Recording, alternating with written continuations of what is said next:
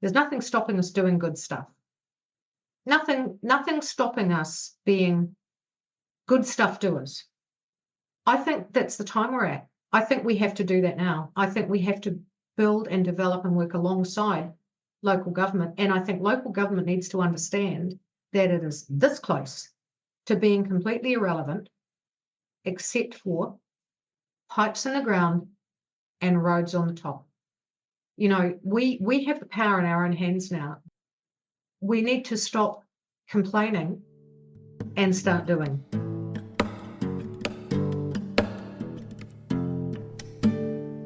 Hello and welcome. I'm Abby. This is Stories Lived, Stories Told, and today I invite you to join me in conversation with Sue Wells as we take a communication perspective on communities, disasters, and rebuilding.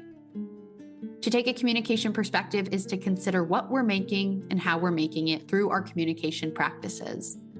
This means we look closely at patterns, context, stories, and relationships, and that we use curiosity, mindfulness, collaboration, and dialogue to create better social worlds.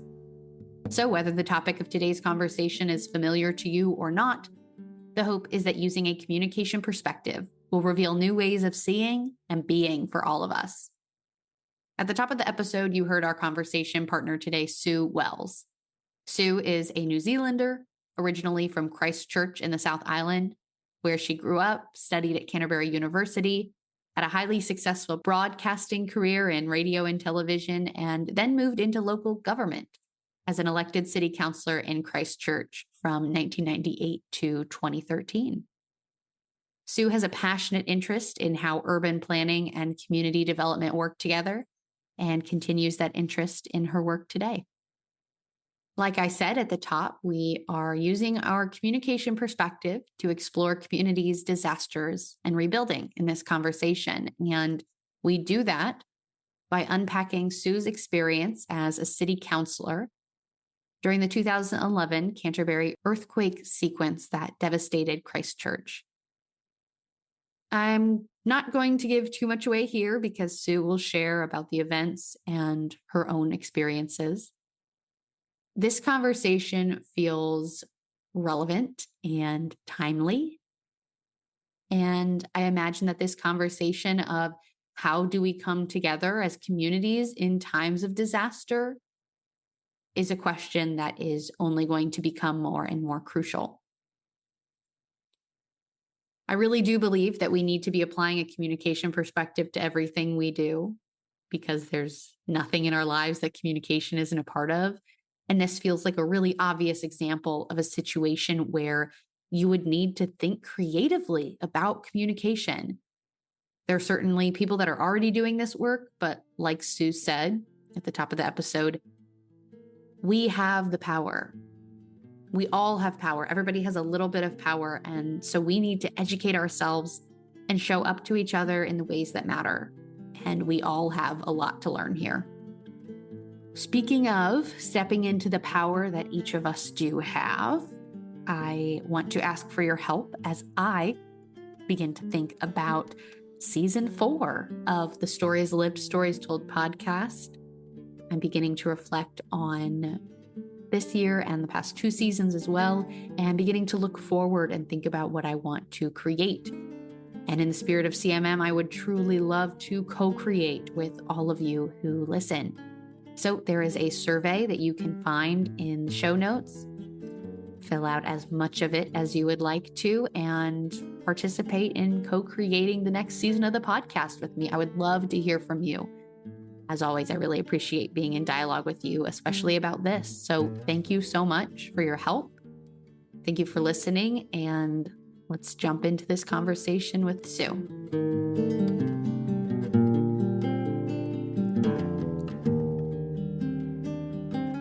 Hi, Sue. Thanks so much for being on my podcast. You're very welcome, Abby. Thank you for having me. I've been really looking forward to getting to speak with you and hear all about your life. I think you're going to have some great things to share with us today. So, of course, then to start off, I'd love to ask you to introduce yourself. And I know that is a tall order to try to wrap up who you are in just a couple minutes and in an hour of this conversation.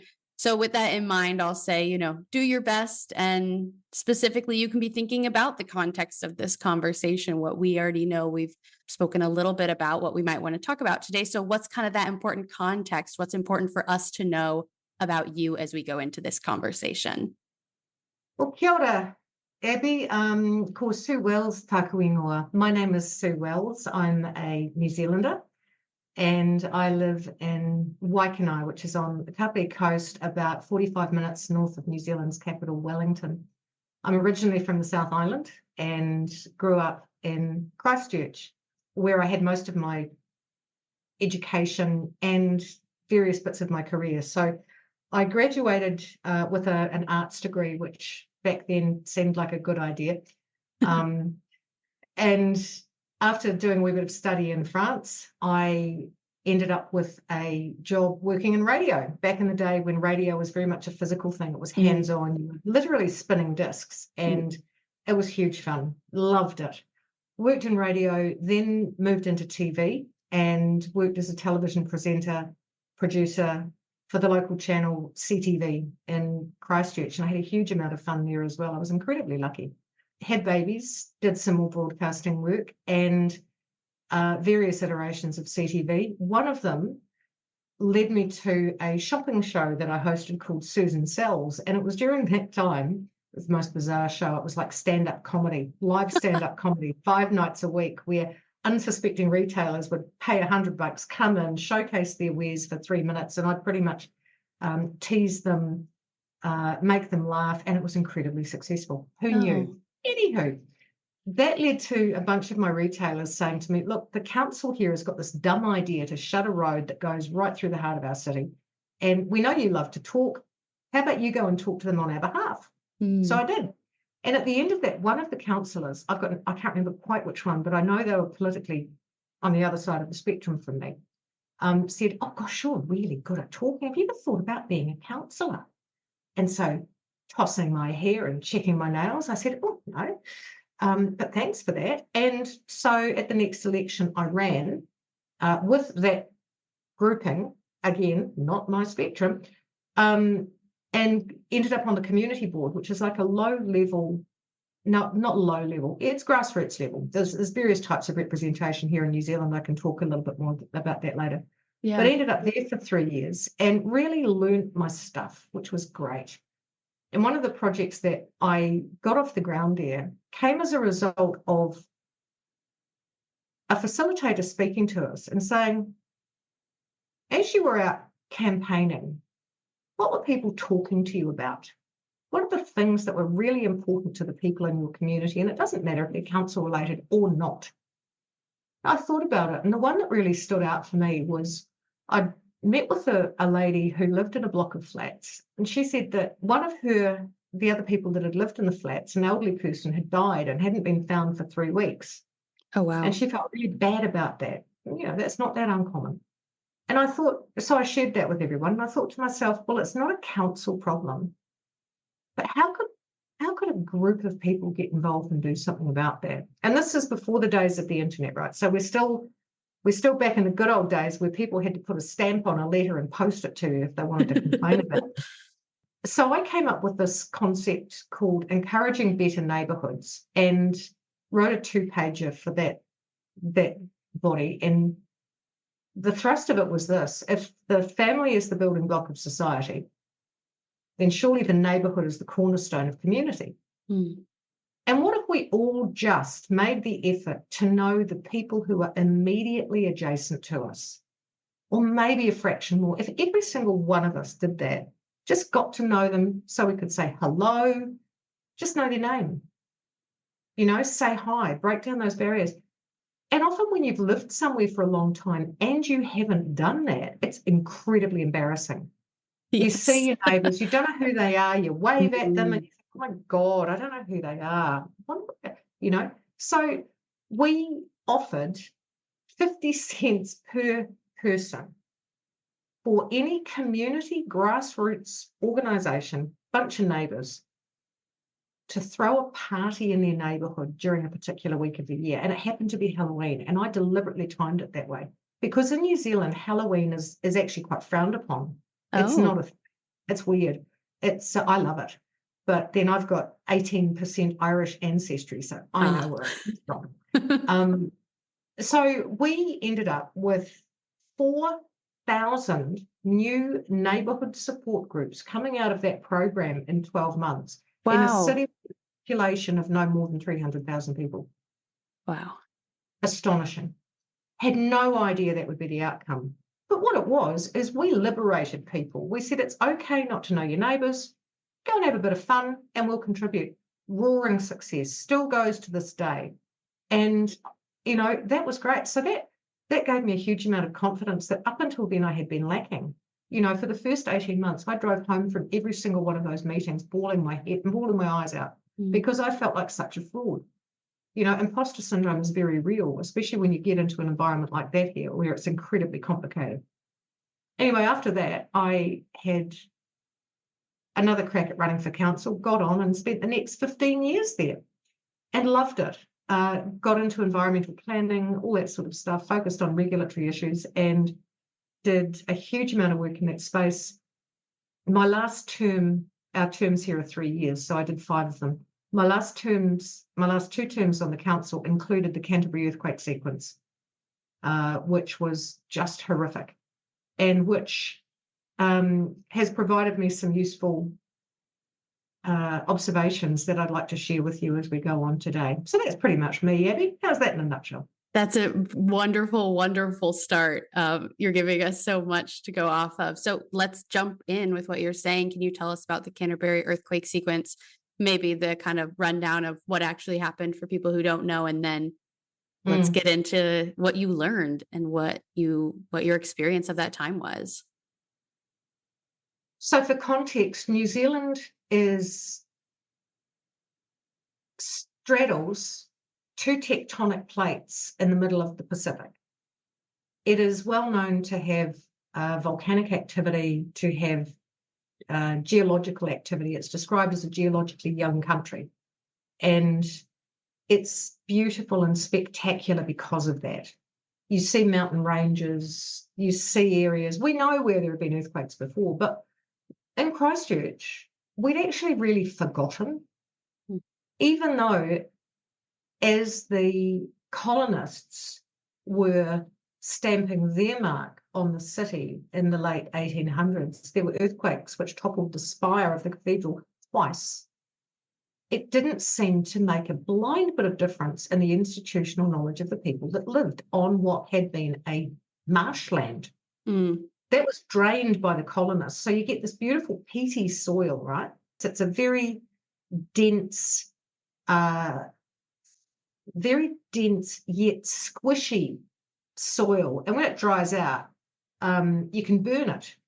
It actually works almost like it's flammable. So that's the underlying material of quite a lot of Christchurch. There had been science that said there was a potential of a major fault that was as yet unknown affecting Christchurch, and there'd been some modelling done of that. Well, I was chair of the committee that evaluated that sort of stuff, and we put together a policy which we were required to by the government for earthquake-prone buildings.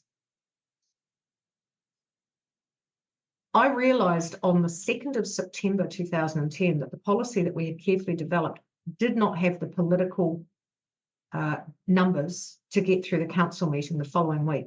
I knew it was going to fail because it had been through my committee and it had failed there. That's the 2nd of September. That's a Thursday. So then it's the 4th of September. It's a Sunday morning. It's 4:37 a.m. And I thought that my partner was shaking my shoulder violently. And so I was really angry at him. And then I woke up and it was an earthquake. If you haven't been through a big one, I feel like aircraft having turbulence because it's not just up and down. It's up and down and side to side and turning and twisting all at once. Wow. And it's incredibly loud because your house is going what the hell is happening here? And all its joints are moving and the roof is bouncing and the foundations are rattling, the trees and things are falling over and there's car alarms and there's sirens and it's terrifying. That lasted for 40 seconds. And I knew at that point that we'd had a big one. See, New Zealand was expecting the earthquake to happen in Wellington, the capital, because the fault lines are well known. But to happen in Christchurch was just incredible. So that first quake in September, when it was daylight, because it was still daylight saving time, it was dark. I knew that the roads would be blocked. I knew it would be dangerous to travel across the city, but I also knew that my parents were there and they were in their 80s and they did not have any help. And then when I got them on the phone, they said, oh God, our chimney's fallen through our roof. And I thought, well, I've got to go. So over I went. And as I'm driving down the normal roads through my city, the roads are like mounds. They've gone from being flat to being like mounds because the soil underneath them has failed and it's rolling. It's trying to get back to its original landform. Get to mum and dad's house. Mum, then in late 80s, right, says to me, Susan, you look very pale. Do you need a brandy? And it's 9 o'clock in the morning. And I said to her, no, look, I'm fine. I don't need a brandy. She said, no. Do you need a brandy? I said, no, I'm fine, thanks. And she said, are you sure? I thought, oh, yeah. I said, Mum, if I have a brandy, would you have one with me? And she said, oh, okay then. So at 9 o'clock in the morning, there we were drinking brandy and getting the chimney out of the driveway. That was the start of the earthquake sequence for me. And the first one everyone thought was just a calamity. So we went through all sorts of stuff with the community. We went through the immediate aftermath cycle, which is panic, fear, heroism, fatigue, anger. Right? Panic, fear, heroism, fatigue, anger. Rinse and repeat. There were 14,000 plus earthquakes in that earthquake sequence.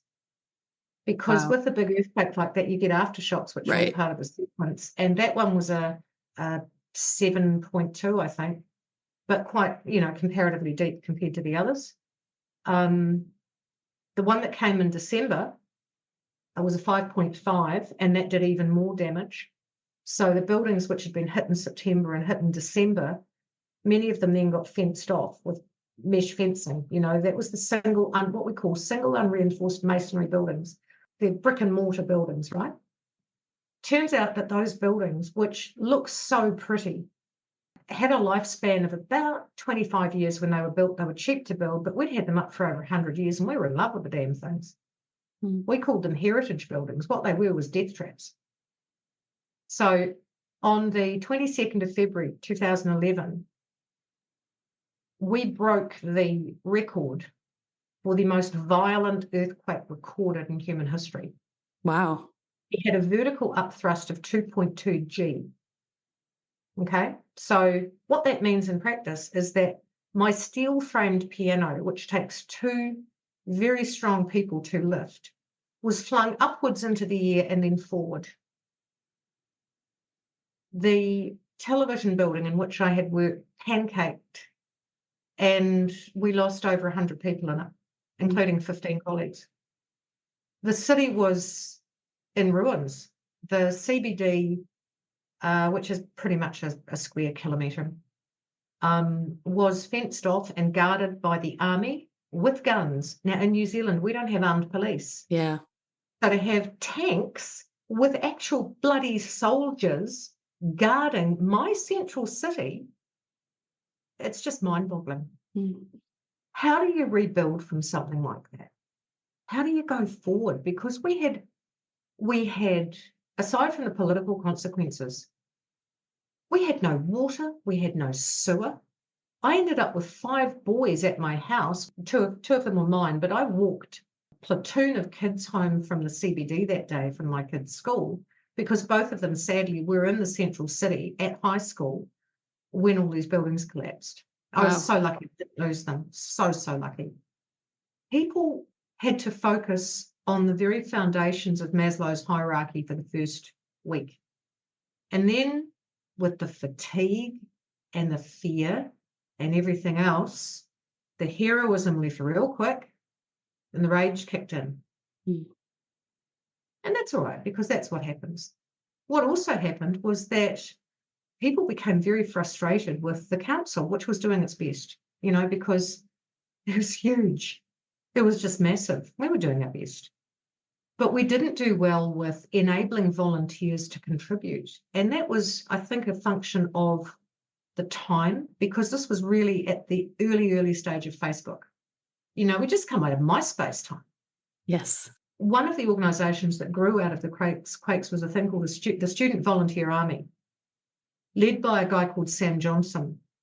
And Sam was so frustrated that he couldn't help that he put a page together on the university page and got students who'd had such a bad rap to mobilise, bringing their own wheelbarrows, shovels and gloves, and digging out the sand which had emerged from below the land. So when the soil liquefies, it becomes gelatinous, and then it extrudes part of the layer of soil above the ground. And this stuff is referred to as liquefaction.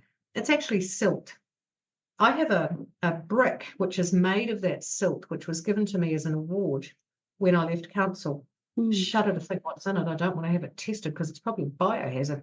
Yeah. But this stuff, this muck, as I walked into town that day, it was nearly a foot deep.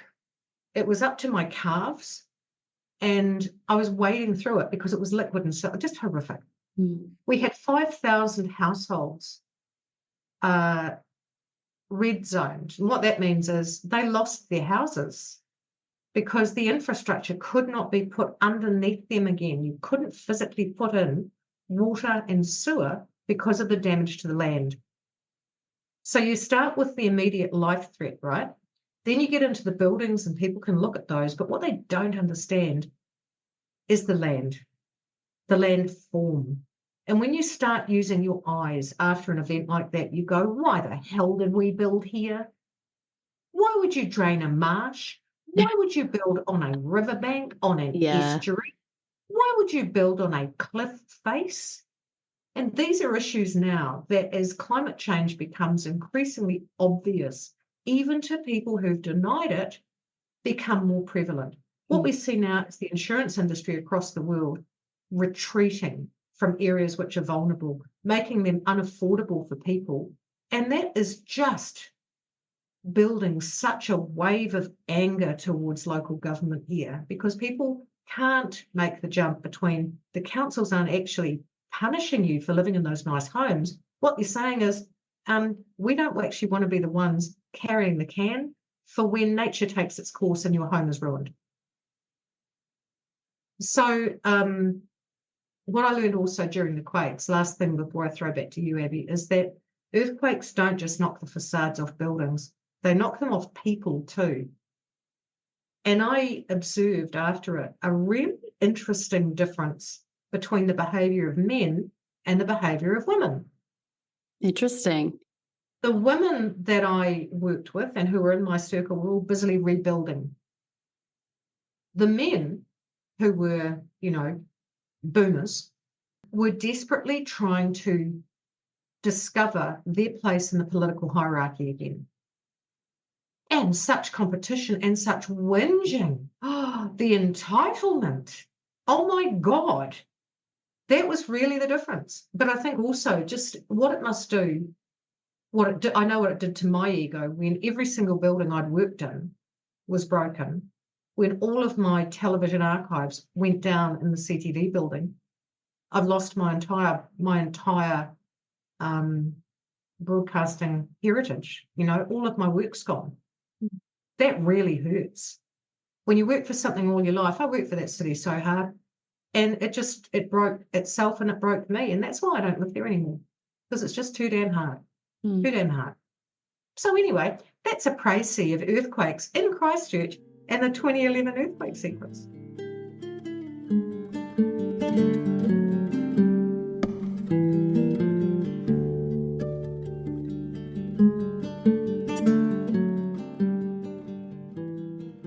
It's interesting because at the time of us recording this, Hurricane Helene is devastating the southeast part of the United States. And so it's interesting to have that context of that natural disaster. I'm in Indiana, so Midwest United States, are, natural disasters that we deal with are tornadoes. So it's interesting, all these very different big natural phenomenon. And it's interesting to think about the emergence or the role of control and the ability for a community, for people to act into a situation in which they have zero control over. So that's what I'm really curious to hear about, is how you and your council help facilitate involving people. And like, maybe you could give an example. You said, people were frustrated that they kind of weren't being allowed to help, but maybe there were some barriers to people being able to step up. And then what did it look like to overcome that for you? Sure. So the key thing is that in all of the disaster planning, and I've been involved in disaster planning, no one had factored in the fire hose of volunteers that sprayed themselves at the organisation going, I want to help, I want to help, I want to help, I want to help. And it's like a chorus of voices when people are actually trying to do other stuff. So as part of your environment and part of your disaster planning, you need to prepare for that. That is one of the things that happens immediately after an event. Volunteers come forward and help. If you call for pillows and blankets, you'll get all the pillows and blankets in the world until you have to go and dump them. Wow. You don't turn away money at the start. What you ask for is money, because money is transferable, right? You ask for cash. But people also just wanted to help. And that's that heroism. It's inbuilt. Yeah. So when it's not accepted, when it's rejected, the community was very affronted by that. And the council did not facilitate that. The community actually went away from the council and said, okay, then we'll just do it on our own. And that's the thing, that's fine up until somebody loses an eye. If councils don't, councils need to understand that.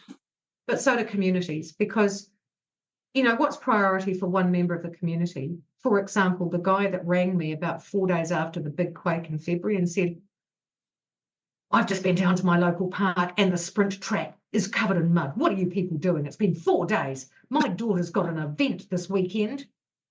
I mean, for real, dude. Yeah.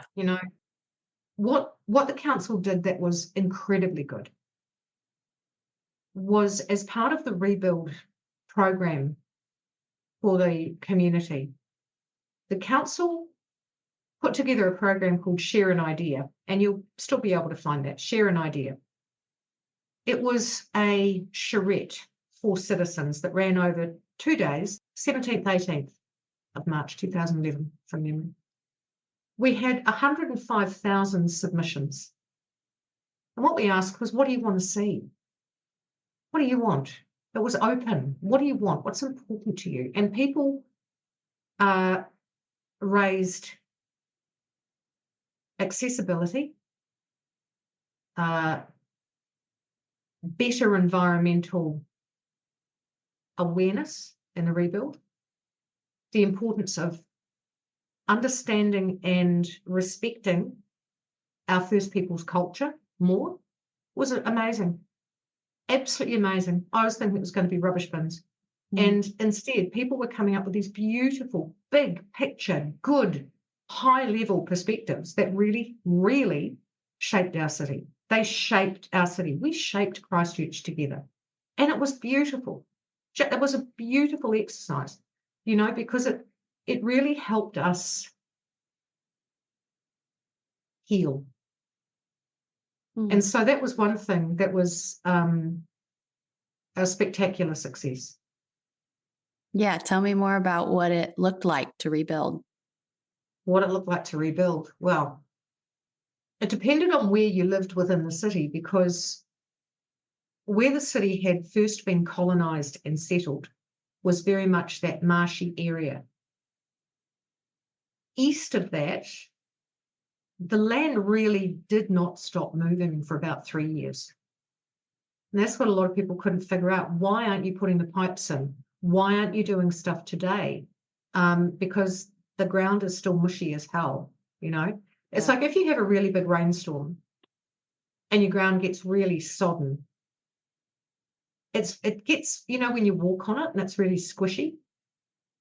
So imagine that, but layer after layer after layer of squish. Right. Ugh, yeah. And then every time it rains and it dries out, the ground is moving, it's mobile. Ground doesn't stay still. It's got spaces and they fill up with water and that evaporates. So it's all moving, right? And because of the displacement, the ground moved and kept on moving. So for people on that side of town, it was much more of a slower repair strategy than it was in the western burbs where the ground was really good, built on river gravels. They could just get on and put their roofs back, carry on with life. The ones in the east, wow. Well, they were given cash payouts for their homes, and so they could build somewhere else or buy somewhere else. It meant going away. It meant moving out of their suburbs, moving to different neighbourhoods and different communities. 5,000 households displaced, having to start again with sometimes huge deficits. Suburbs that were completely dissolved, that will never come back. That's a scar that stays on people as well as on the land. So it really depended where you were as to how it looked. We fenced off the really dangerous buildings. We made sure that the infrastructure was the most important. Water and sewer were adequate. And we worked actively with the Red Cross and the other organisations to make sure that people were okay in their homes. And the community hated us. They hated the council. They thought we were rubbish. They pilloried us. They made us whipping boys and scapegoats, because when there is no visible enemy, you find the powerful organisation in your community and you blame that. I mean, had we been invaded, had we been fighting an enemy, it would have been different. But we weren't. It had happened, and so people were angry, of course, and they needed someone to blame, and there we were.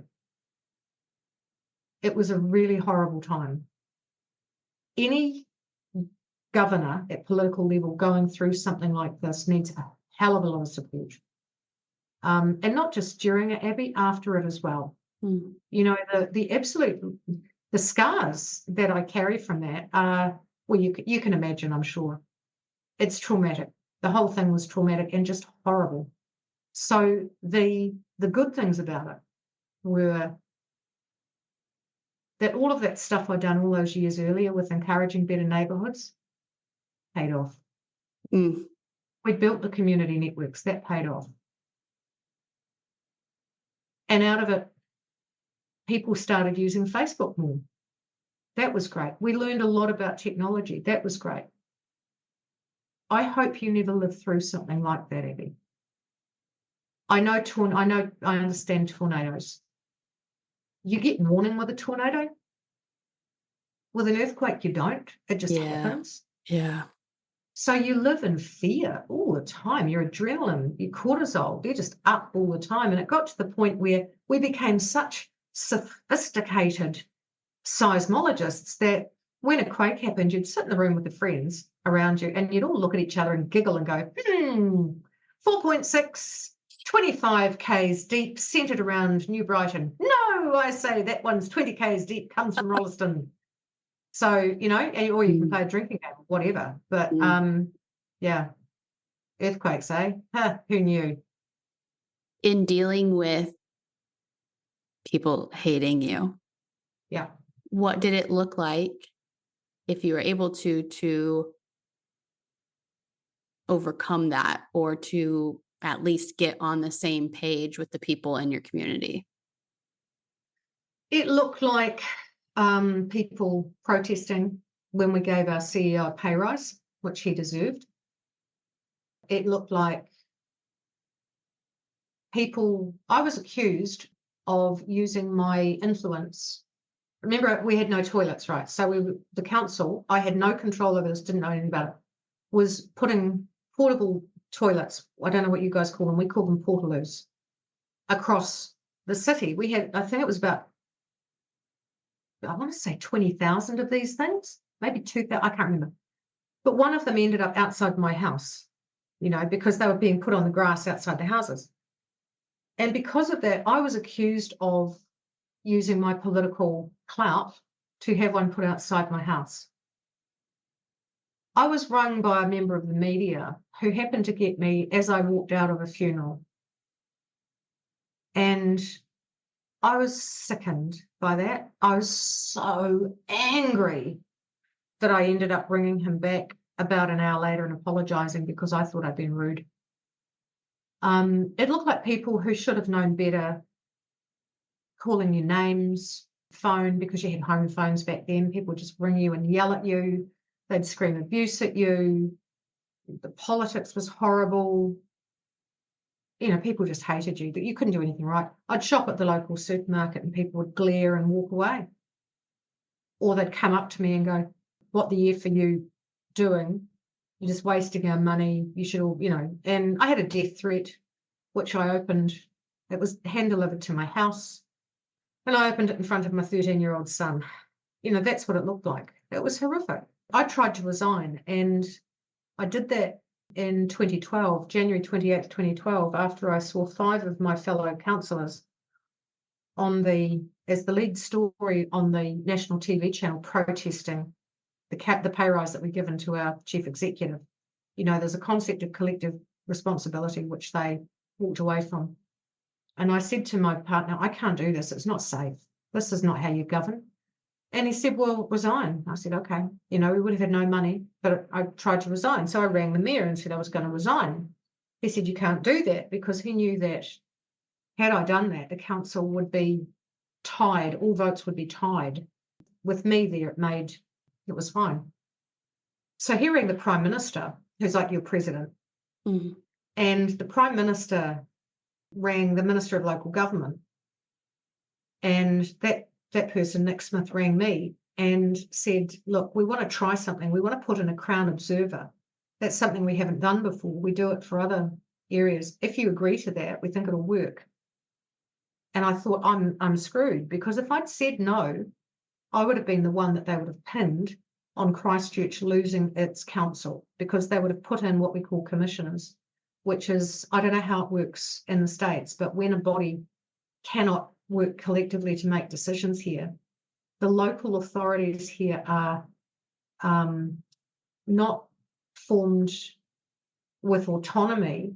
They're formed under our local government legislation. So they're not independent. They are dependent upon that legislation to exist. And the Minister of Local Government holds the ability to fire an entire council and replace them with appointed commissioners who are effectively the board, and they make all the decisions. That was what would have happened if I had resigned, and they would have blamed me for it. So I would have been the one that caused the loss of democracy in Christchurch. So I stayed. Yeah. And it was horrific. That was just horrific. The rest of the term, horrific. Where in your span of 15 years did the sequence of earthquakes occur? The final part. So I was a mature, seasoned councillor, Mm-hmm. and I would have been quite happily, doing it forever. But that last couple of terms just broke me. I knew at the end of that term that one of two things had to happen. Because I could see what was going to happen politically the following term, and I knew that the mayor wasn't going to come back for another term because people hated him. I was either going to be the mayor or I wasn't going to be there. I didn't want to be a councillor anymore. So I spoke to my family, I spoke to my friends, and they said, "Look, one of two things will happen. You'll either win or you won't, and either way, it'll break you." Mm. So I walked around with the signed nomination papers in my bag right up until nomination day, and I just couldn't hand them in. I couldn't bring myself to hand them in. And I never really decided not to stand. I just kind of didn't run. And I retired at that point. I was just worn out, needed a break. And when you have, over here it's a paid job. So you quit your regular career, and I'd done that for 15 years. So at the end of that, you walk away, you have no 401k, you have nothing. You literally walk out the door, it slams behind you, and nobody remembers you're ever there. And that's what being an elected member is like. That is what it's like if you choose to serve your community at that level. And I'd imagine that's a universal experience. And people wonder why people don't run for council, why they don't run for local government, why they choose not to serve. It's because we, the community, treat people who serve like rubbish.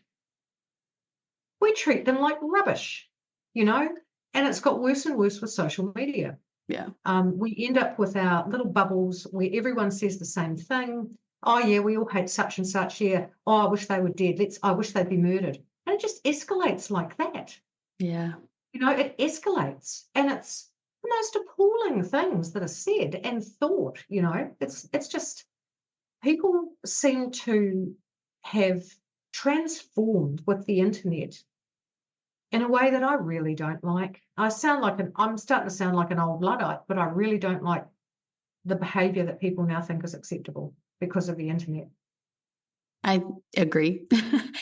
It's interesting to take a communication perspective on this, because I think something that could be central to kind of your experience, if you're looking at it with this kind of like lens of communication, is what was going on here? Like, what could have been different? Because if you're seeing communication as being generative, as having this creative potential, that the quality of our communication creates the quality of our social worlds, what needed to be different? Like what was it? It follows then, if you believe that the quality of your communication is creating the quality of your social worlds, that the kind of communication you received, negative, hateful, not constructive, would create the kind of social world that reflected that. And I would imagine made rebuilding a real challenge.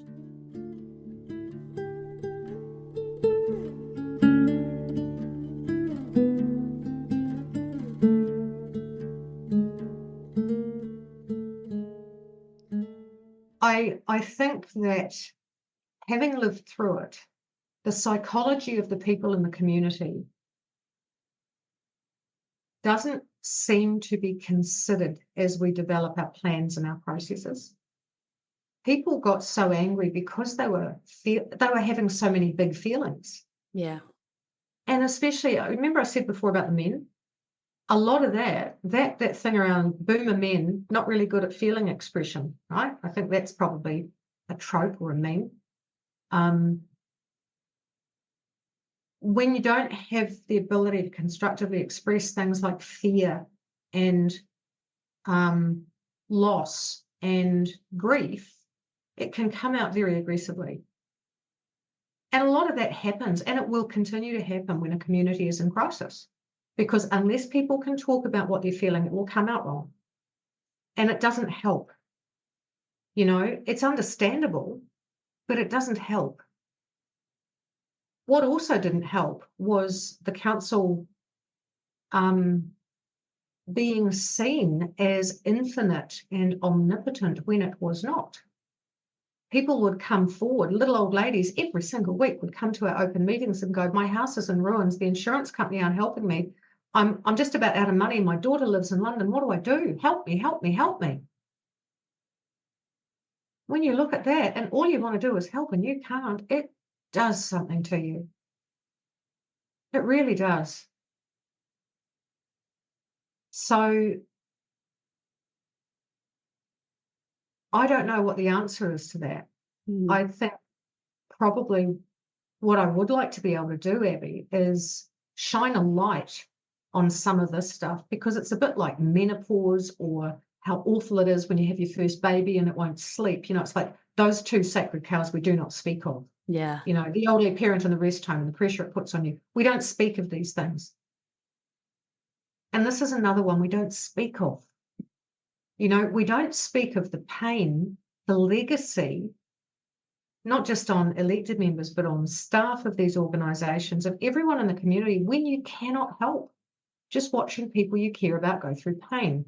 Abby, what year are we now? 2024. So that is We've just gone 14 years since the event that put the chimney through my parents' home. Yeah. Dad is dead now. Mum is still alive. She's 96. She's in a rest home, and she and I co-own that home. And I am still dealing with the insurance. Wow. I settled my insurance on a property I owned 2 years ago. The time span of these events, this is a whole generation. That's the other thing. Communicate at different times to different people. Yep. And remember that the kids who were born in, let's say, I don't know, the year 2000, maybe slightly later, that came from Christchurch, are going to have environmental trauma. There's a whole generation of kids that missed a whole lot of schooling and grew up in a very traumatized environment. What do we do to provide for that? What do we do to think about my generation when I'm 80 and I'm dying of asbestosis? Because as the city was being rebuilt, all of the buildings that were torn down contained asbestos.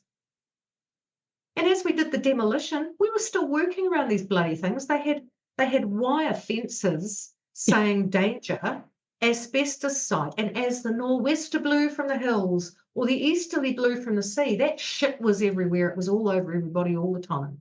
So how do you cope with 100,000 people who suddenly need lung transplants? How much thinking are we doing ahead? You know, it's probably more than a generation. To rebuild something at that scale made me question whether we were in the right place at all. And as I look now at the redevelopment in the Canterbury region, you will see that the key growth points are outside of the Christchurch urban area. They're in its neighbours. They're in Selwyn and Waimakariri, both of which are built on good ground. So communities shouldn't build in dumb places. If communities have built in dumb places, they shouldn't be allowed to continue to build in dumb places. Dumb places often happen because developers see easy money to be made. They build houses and walk away. You know, you incorporate townships, I think. We don't do that here in the same way. But if you're doing that stuff and you're building on bad land, just don't do it. Don't do it, because the land always wins. Yeah, you're already starting to get into what I wanted to kind of transition and talk about next is that, and this is something I think is interesting to balance between, is not, I would never want to try to, silver line a tragedy or, try to brush aside the pain and suffering of a moment like this. And at the same time, I do think it's important to talk about what you learned from it, and like what you take away from it. So you're already kind of touching on some of those things, like cities shouldn't build in dumb places. But that is really important to a communication perspective, that you're reflecting and then learning and then moving forward differently and making new choices and knowing that it's choices, that we're making choices. We're not, beholden to every single thing. And so we are participants. And so we get to engage and make choices about how we engage. So I'm curious to know what you learned from that moment and this time and what you're reflecting on even still. From a communications perspective, you have to communicate in a way which is accessible to all people. Much of what happened was not accessible. It was discussed in a way which was quite technical, using language which was very hard. For example, new building standards, trying to explain those. Engineering terms, very complicated. Civilians had no need to know them, and yet suddenly they did. People suddenly learned very complicated stuff, like underwriting, like how insurance works. And all of it was just out of the blue, and they had to learn all this stuff.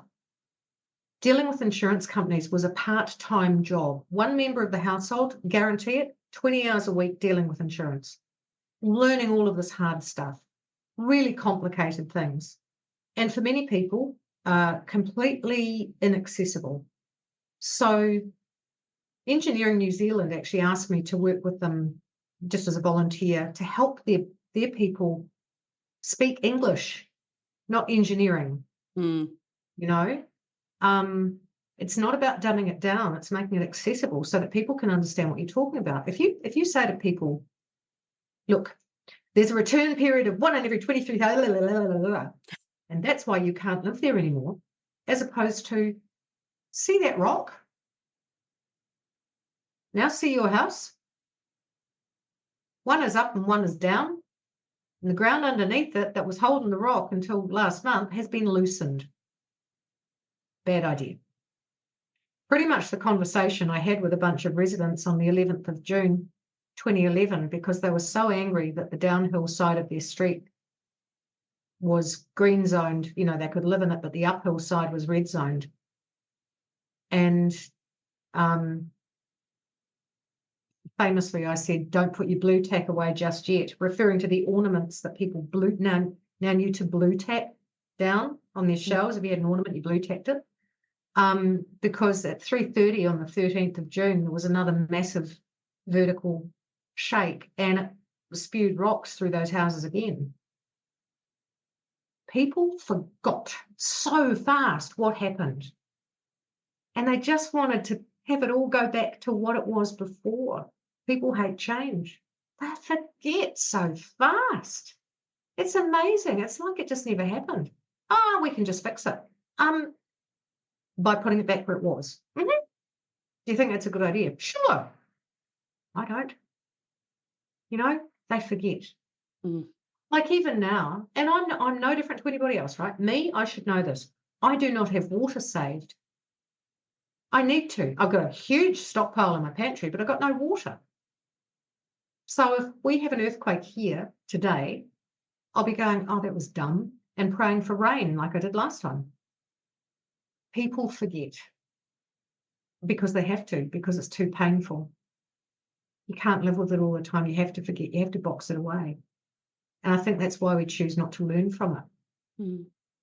Like there are cities I walk into or towns all around New Zealand I look at now, and I go down the main street here. If you go on Google Maps, take a drive through any New Zealand small town, you will see unreinforced masonry buildings lining the streets, looking really pretty. They're going to kill people. We know this. They're going to kill people.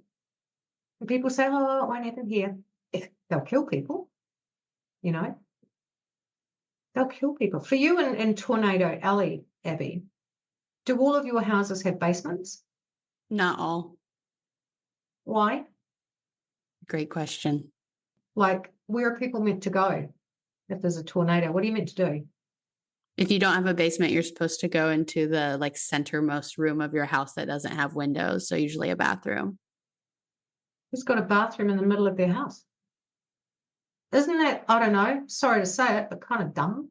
Like, if you live in a tornado-prone area, shouldn't you have, I don't know, a basement? Mm-hmm. It's like, that's the kind of thing. It's the really practical things. It's like, okay, let's plan ahead and build our way out of trouble rather than building our way into it. That's why this learning piece is so interesting to me, because the communication perspective is important, but we also have this language of creating better social worlds. And the frame is really that's the goal. That is the moral imperative. That is the point of using a communication perspective. It's not just communication perspective for communication perspective's sake, but with the goal of creating better social worlds. And so you have to learn and you have to define what is better. And so this is kind of leading me to, as we wrap up, what I like to end my conversations with is this language. And so maybe from your perspective of having gone through this, what would you hope? What would you define a better social world as in terms of us as communities? I think I'm going to say taking care of each other and learning. So I think what it is that I believe that society internationally is at a point now where this is not about devolved decision-making on, that where local government says to communities, okay, what do you want to do about this? I'm not talking about that. I believe that the time is right now for a massive change, brace yourself, away from democracy as we know it. Tell me more. Democracy as we know it isn't working, in my opinion. Why? Because we haven't been able to keep up as a species with the impact of the internet. Yes. What do? People aren't going to walk away from the internet. I think what we do is we use the internet and we create spaces on it or opportunities on it, crowdfunding, that kind of thing, where we take control and build our communities outside of the planks of democracy that we already have. There's nothing stopping us doing good stuff. Nothing stopping us being good stuff doers.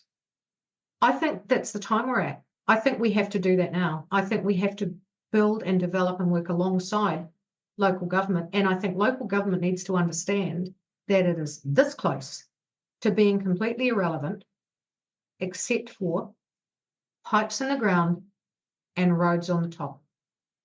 That's it. And even where urban form goes. I think, we have the power in our own hands now. We need to stop complaining and start doing. Because the internet's really good at complaining, and yet people are really good at doing. So that's in Te Reo Māori, which is the Indigenous language of New Zealand, there is a word, a wero, which means a challenge. So I lay down this wero, Abby, to your listeners. Use your energy for good. Be a force for change. And actively do something. Don't just post about it. Get involved. Do something. Encourage better neighbourhoods. Throw a barbecue. Do something cool for Halloween. Meet your neighbours. Do something radical. I don't know. Just be a good human. Yeah, I appreciate that as a kind of note to end on and to send us off with.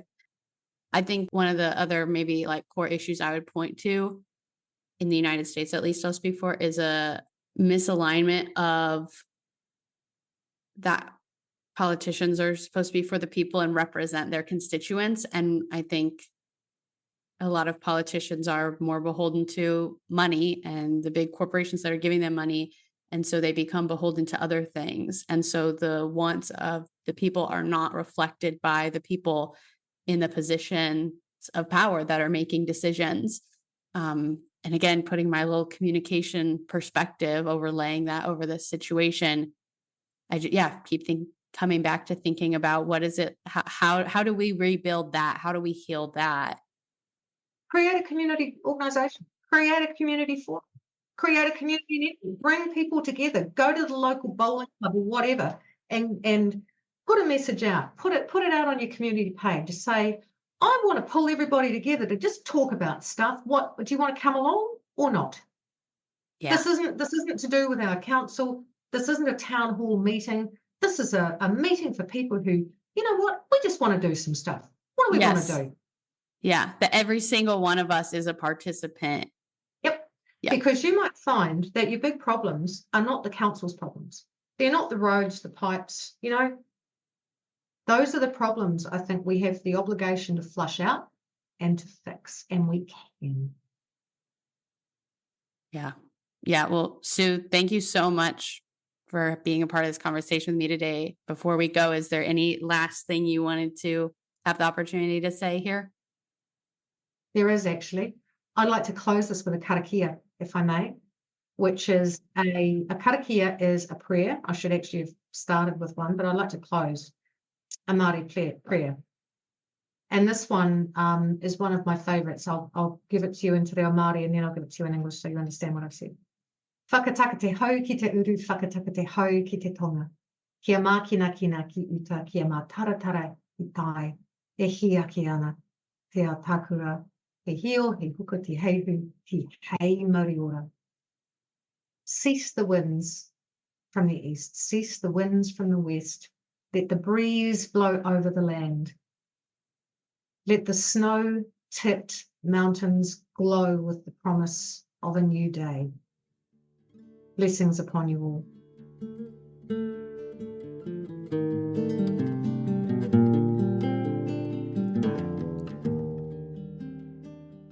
Okay, that is all for our conversation with Sue.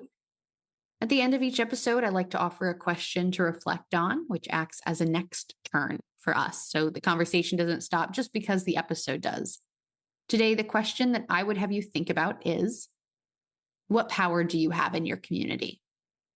Like Sue said, we forget. And we don't realize the power that we have sometimes.